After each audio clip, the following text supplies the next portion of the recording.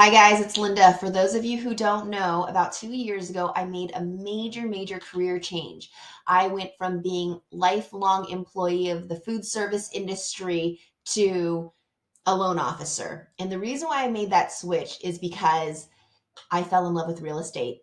I bought, lived, and sold my first home starting in 2014, sold it in 2018, and I really saw the net benefits of purchasing a home, rinse and repeat, sell it, buy it, live in it, and getting that equity out to do something else with it. And I want to be able to share with my friends and family and my community really on how to do that. Most people are intimidated by the process, but it doesn't have to be scary. Part of my job is watching the news, being educated, going to trainings to know what it is that I'm talking about and what's happening in the market and how that's relevant to you. It's insane. This market is like a living, breathing entity. It changes all the time. And by the time you actually see it in the news, the market has changed. So early November, I attended this webinar with Barry Habib. He is a financial expert, real estate expert, and it's very difficult when you're searching and listening to podcasts, listening to the news, to find anything of that doesn't sell the doom and gloom. The market's crashing, interest rates are high, blah, blah, blah, blah, blah. Don't buy, don't buy. That's all you ever see. But they don't actually tell you the benefits of owning real estate. So with this webinar, I'm going to show you guys a small clip of it. He kind of goes over how you build wealth creation and what that means as far as, you being in the top percentage of the population as far as wealth.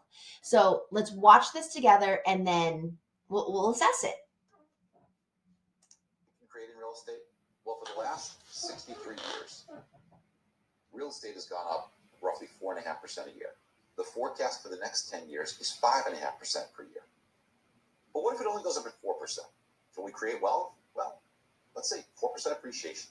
Take a $400,000 purchase price. You put 10% down, that's $40,000. 4% appreciation means your property profited $16,000. A $16,000 profit on a $40,000 investment is a 40% return. Now, what about the payment? Yeah, you got to pay somewhere. You're going to pay to rent. You're going to pay to own, right? So it's a 40% return on your money. Now, here's a great study. Everybody's going to be interested in this one. Kiplinger's did this recently, and they talked about net worth. You know what net worth is. Everything you have minus everything you owe. All your assets minus your liabilities. So your net worth. You want to be in the top 1%? You want to be in the top 1%? You know what your net worth has to be? $10.8 million. Okay, maybe that's a lot. How about the top 2%? That's a really exclusive club to be in, the top 2%. You need $2.5 million. How about the top 5%? Very rarefied air, top 5%. You need $1 million net worth. Top 10%, $800,000. The top half, $500,000. So while this is very interesting, here's the best part about it that you have to teach your customer. From the Kiplinger study, they said on average, 2/3 of all net worth, 2/3 comes from home equity. You can't be here if you're a renter. Maybe Diana Olick doesn't want you to be here. Maybe all those other guys want to sell tickets and they don't care about you being here because they care about selling tickets. But you want to get wealth? You want to be in the top tier? You need to be in the game of real estate and see these opportunities, and they need you to be able to show that to them, folks. You have to teach your realtors, teach your customers, show them the opportunity.